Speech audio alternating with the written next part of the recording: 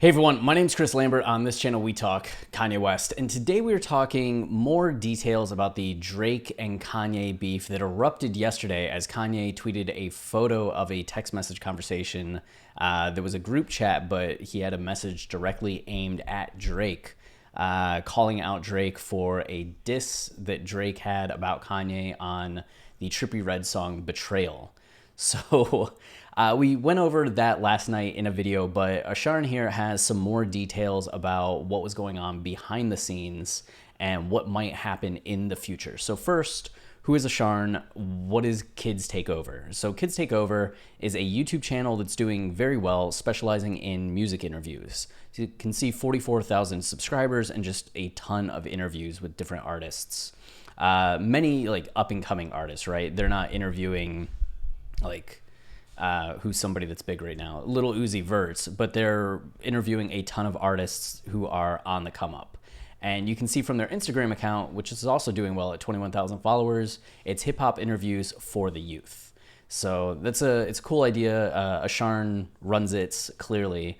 So he has a lot of connections with people in the music industry, a lot of people that are on the come up.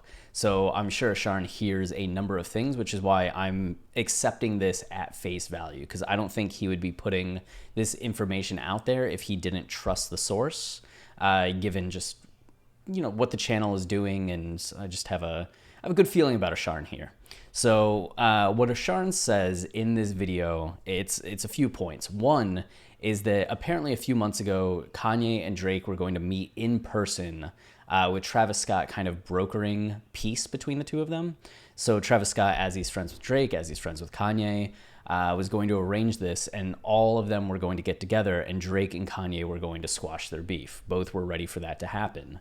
And you may remember that in May, we saw these photos of Kanye, Travis Scott, and Future is also friends with Kanye and Drake, and they're hanging out in the studio space, they're wearing the masks. So the speculation by Arsharn and by others is that this was going to be when Kanye and Drake met up, except Drake never showed up. So they scheduled the next night to do the same thing, and Drake didn't show up again. He stood them up twice, and then Drake was going to come through a third time, just like, sorry, I promise I'll be there today. And then Kanye got Drake's number and started texting him, like, are you going to come by tonight? You know, when's your release dates? And was asking Drake about Drake's release dates.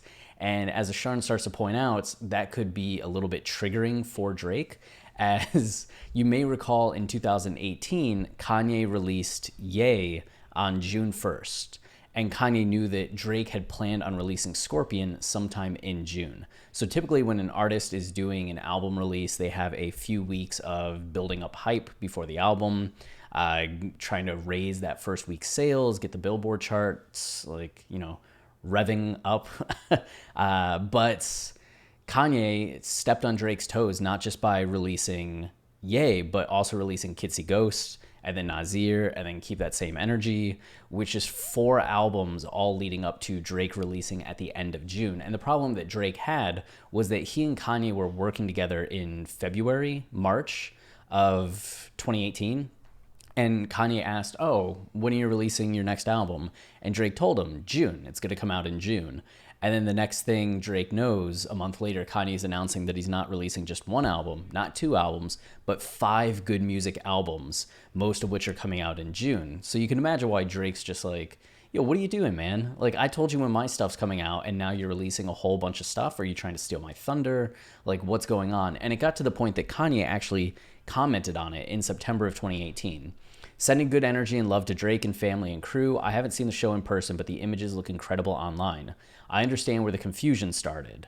Let me start by apologizing for stepping on your release date in the first place. We were building a bond and working on music together, including squashing the issues with Cudi at our office. When I put the dates up, I was a bit ramped up, doing 25 tweets a day. TMZ happened shortly after. I have to hop on a plane now. We'll type more when I land. So it's just the idea he was kind of in this like excited, ramped up state and wasn't thinking necessarily about the implications of what he was announcing and how it might affect someone else. Playing Taxiing for Liftoff. Because we spoke about doing Lift Yourself together, I should have given you the opportunity for us to do this together before I released it. That was one of the things that Drake also took exception to, was that Lift Yourself was going to be a song for Drake. And then Kanye didn't just release it, he released it with these bars, the poopity scoop stuff, that just seemed like something that Drake took personally. Like, oh, did he trash this record just because he didn't want me to have it? Like, what is this saying to me? Which I think it might have just been something that Kanye wasn't even thinking about Drake and just released it. And again, it causes this miscommunication, which Drake takes affront to. Since we were building as friends and brothers, I should have spoken to Push about the Quentin Miller bar. So Kanye had tried to squash things, but he was well aware of the release dates stuff and how that was a problem. So when he's asking Drake, like, when's your release date? When's your release date? You can imagine why Drake's just kind of like, no. And Arsharn points out that it's at this point that Drake just disengaged. But this might also be the genesis of the conversation that we saw on Twitter, which was Kanye. The conversation that Kanye posted to Instagram, which was the group message that kind of kicked off this whole thing over the last 24 hours, where Kanye was yelling at Drake. And it's probably the group message that they had for what was going on here, right? So it was probably Travis Scott, Drake, Kanye, a couple other people that would have been like discussing things at times. And that's why Kanye added Pusha to the conversation, because he was just over it and wanted to yell at Drake.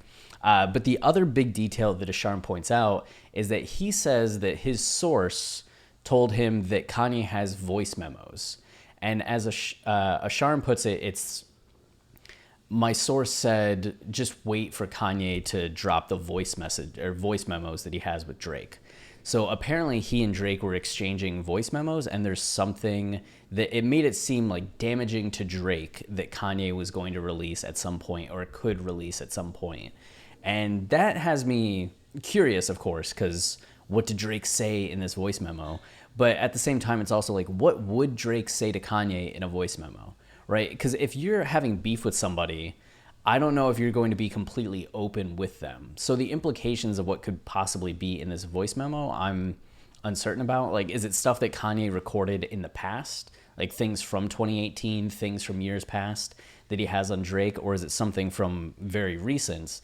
And if it's something from very recent, like what could it be? Is it Drake just admitting that he likes Kanye and that's just something that would take the wind out of the sails? Is it something where Drake is admitting something about like the process or music creation, or just admitting something that would be viewed negatively? Or did he actually just share something that's completely damaging?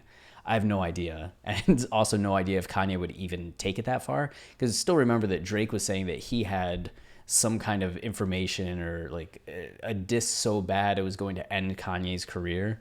So they could just be in kind of a Cold War nuclear arms race where neither one wants to actually take it to that point, because then the other one would use their weapons and then you just have, mass casualties.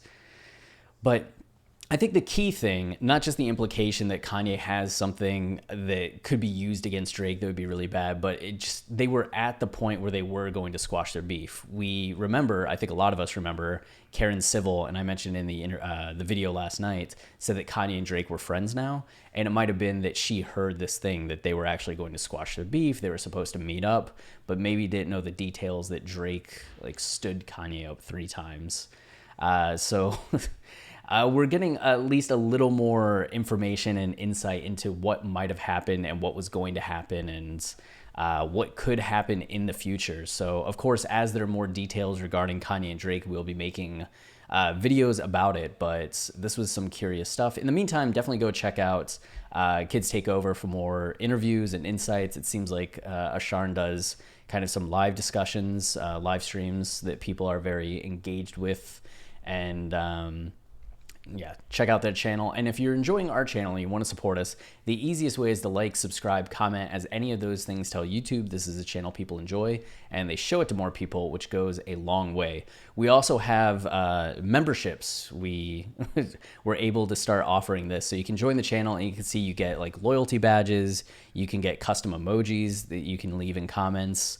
And then also early access to new videos, member shout outs, and priority reply to comments if you go the next level up. And with that in mind, shout out Mac. Thank you very much for joining the Yeezuses group.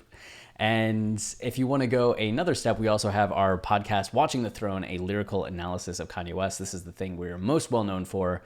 It's our, I guess, lyrical analysis of Kanye West. That kind of says it in the name. But we go through the meaning, themes, concept of every song on every album. So if you've ever listened to a Kanye song and you're like, I think there's more going on here, there probably is, and we've probably talked about it. We have covered College Dropout, Late Registration, Graduation, 808s and Heartbreak, Yay, Kids See Ghost, and Jesus is King. And we started My Beautiful Dark Twisted Fantasy, but if Donda really comes out this week, we'll switch over to doing a full season on Donda starting next week. So definitely give that a listen. It will change forever how you listen to Kanye's discography, his albums, his songs. So I think you'll find something that you enjoy in each episode. Until next time, stay wavy and keep it loopy. Cheers.